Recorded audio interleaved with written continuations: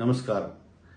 மீனராசிக்கு குரு பயிற்சி என்ன செய்கிறது? மீனராசிக்கு ஜென்மத்தில் சனி, ஜென்மச்சனின்னு சொல்லுவாங்க.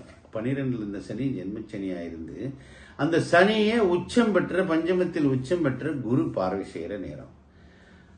ஸோ மீனராசி, மீன லக்கணக்காரங்கள் நான் ஏற்கனவே சொல்லியிருக்கேன், தே ஆர் ஆல் மெடிக்கல் பீப்புளாக இருப்பாங்க, ஷேர் புரோக்கிங்கில் இருப்பாங்க, 5ஆம் இடத்துல இருக்கக்கூடிய ஷேர்ஸ் மூலமாக பெரிய லாபத்தை அடைய வைப்பாங்க. ஒரு இடத்துல வேலை பார்த்துட்டு வந்திருப்பேன் மீனராசி மீனலக்கணே. இப்போ மைக்ரேஷன் ஆகி வெளிநாட்டில் போய் வேலை செய்வாங்க. இப்போ ஒரு ஹாஸ்பிட்டலில் ஒர்க் பண்ணுற டாக்டர் இன்னொரு ஹாஸ்பிட்டல் கட்டுவார், வேற இடத்துக்கு போய் வேலை செய்வார்.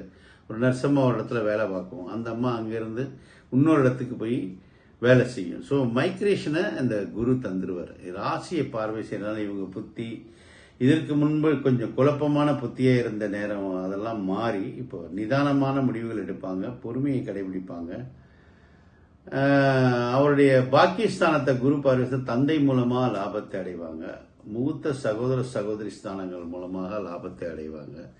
மீனராசிக்காரர்கள் சனியின் தொந்தரவு பெரிதாக இருந்தாலும் குருவின் தொந்தரவு அற்புதமாக இருக்கு. குருவின் தொந்தரவு இல்லாமல் அற்புதமாக இருக்கு. ஸோ குரு பஞ்சமஸ்தானத்தில் உச்சம் பெறுறது, அவங்க தொழில் ஸ்தானாதிபதி உச்சம் பெறும்போது தொழில் ரீதியான மிகப்பெரிய வெற்றியை மீனராசிக்காரர்கள் அடைவார்கள். சனியின் பிடியிலிருந்து இப்ப காப்பாற்றக்கூடிய நேரம். ஜென்மத்தில் சனி இருந்தாலும் குரு பார்க்க என்ன ஆகும்? சனி பெரும் தொந்தரவை இந்த குரு பயிற்சி காலங்களில் தரமாட்டாங்க.